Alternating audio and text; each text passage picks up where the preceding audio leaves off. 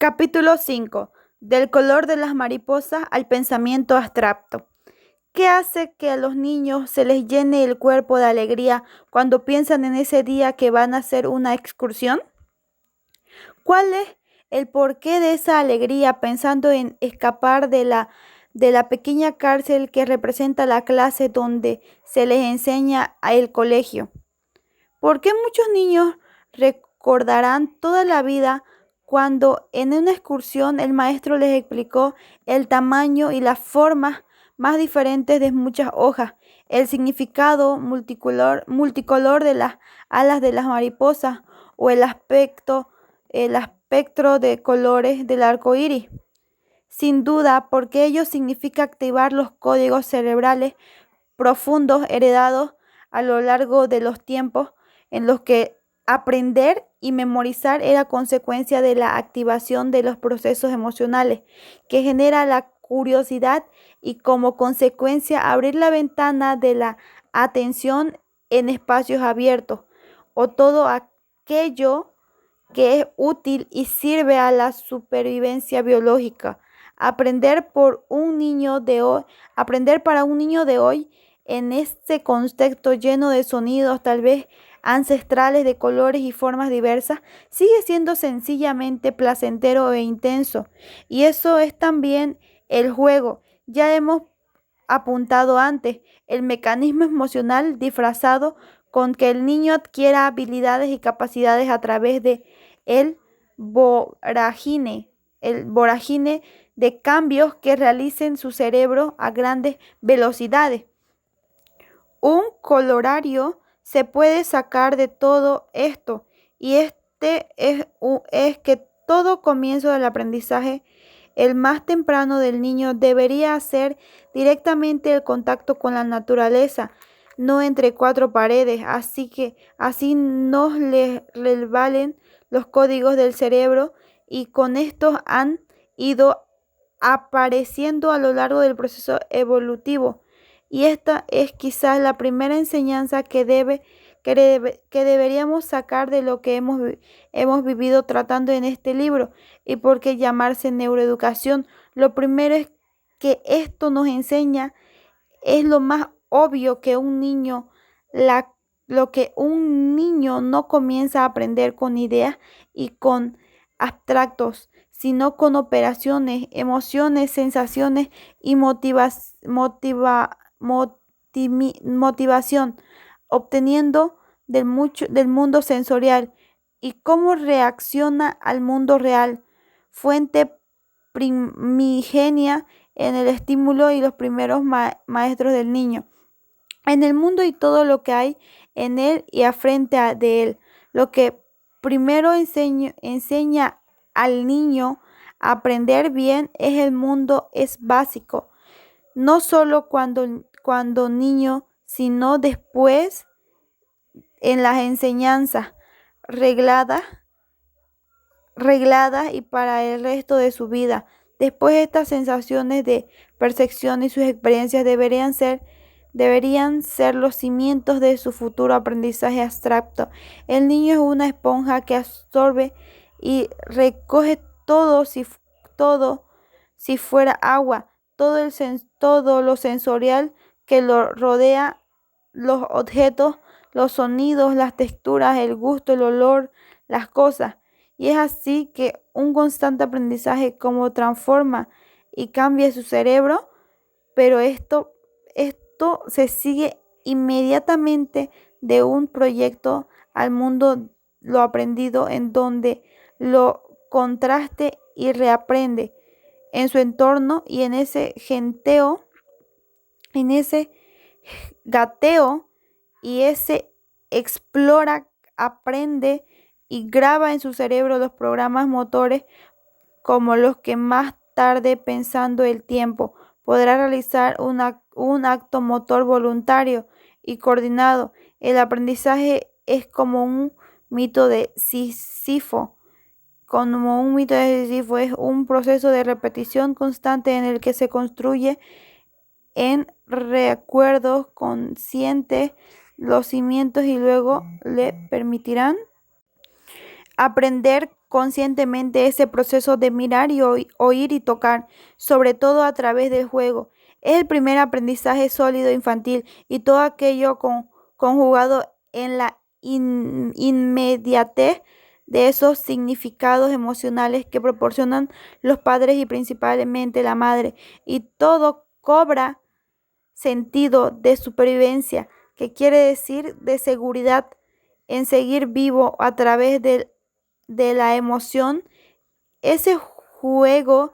que cincela y forja la realidad, todo lo que se ve y se toca. Hoy empezamos a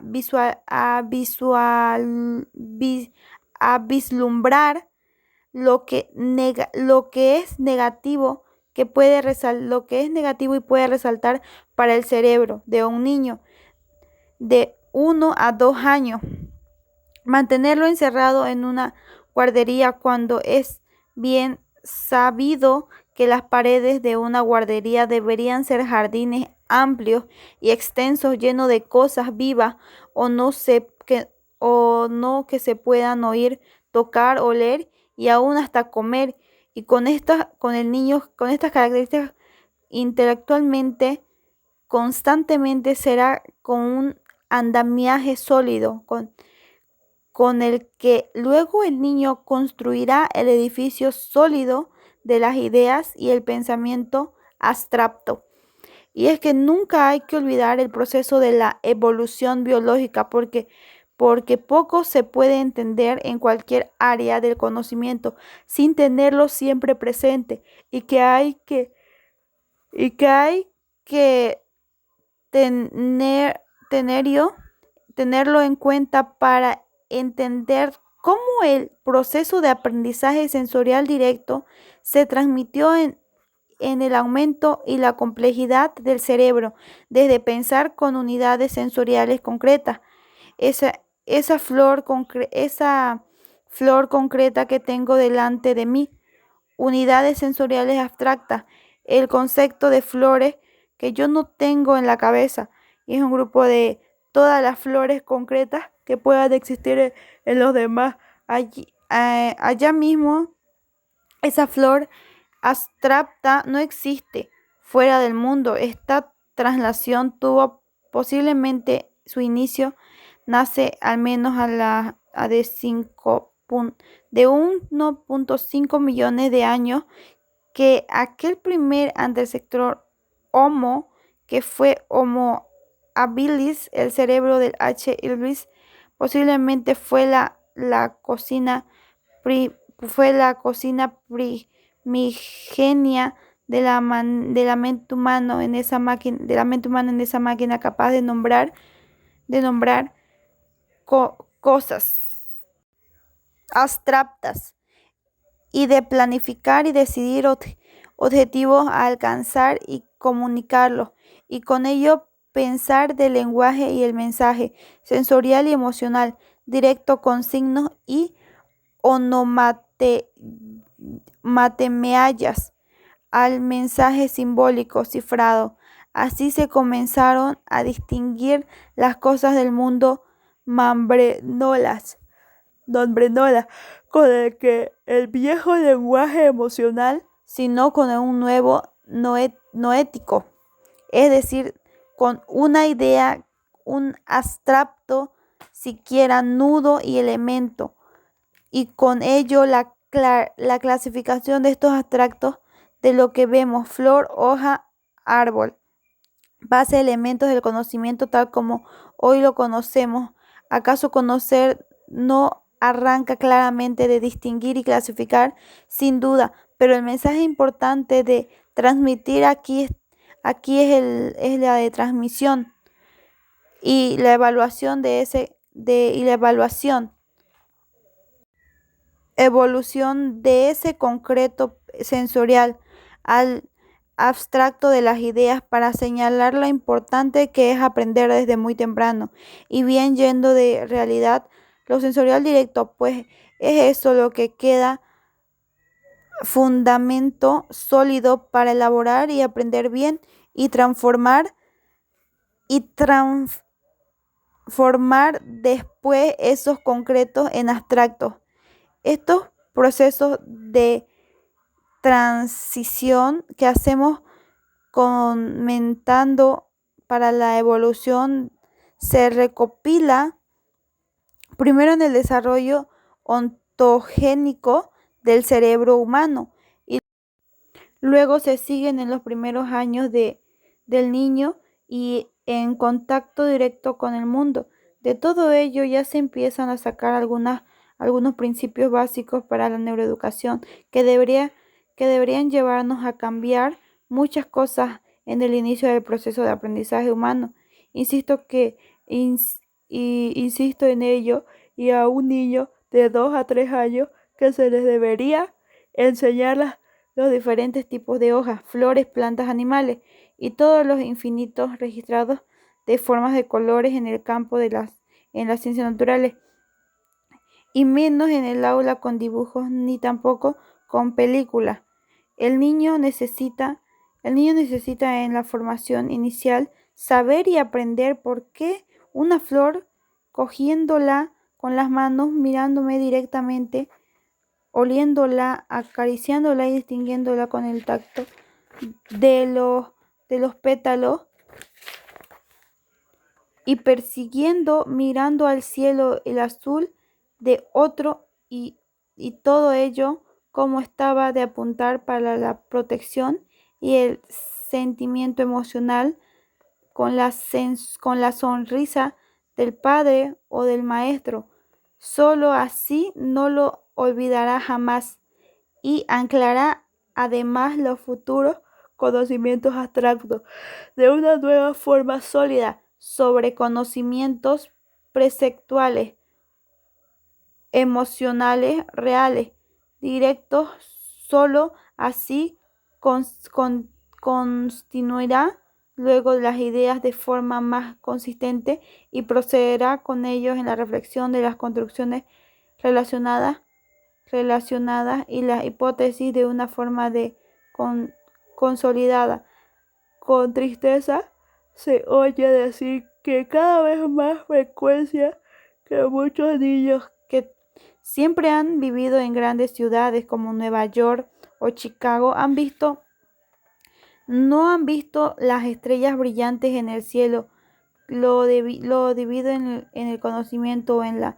el potente iluminación de sus calles, plazas y arrastracielos. Y aunque parezca extraño, tampoco hay niños que no han visto nunca una vaca real pastando en los prados. Y es que hoy, tras algunas miles de años de civilización, el niño se enfrenta cada vez más temprano con el aprendizaje de ideas y conceptos alejados que aquellos estímulos sensoriales activadores del código más genuinos del cerebro y que venimos contando y lo hace además en concertado en clase pequeña y con el rigor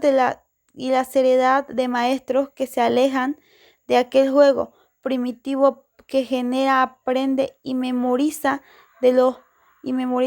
sensorial directo, basa la curiosidad, la atención y el despertar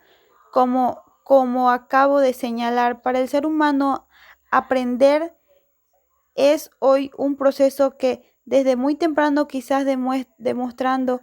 que se ha llevado a unos niveles de abstracción y de un alto calado intelectual social que se da de alguna manera romperá con aquellas raíces inobviables, genéticas e involuntativas que con aquel origen que significa aprender y memorizar, viendo el vuelo colorido y errático de las mariposas. No convendría pasar y evaluar en el que mida los estímulos que se utilizan hoy para aprender activa con propiedad los códigos del cerebro más genuino para esta tarea. Es posible que la neuroeducación o la luz del proceso evolutivo nos pueda ayudar a ello y sacar las ventajas para llegar a aprender y memorizar mejor. Fin del capítulo 5.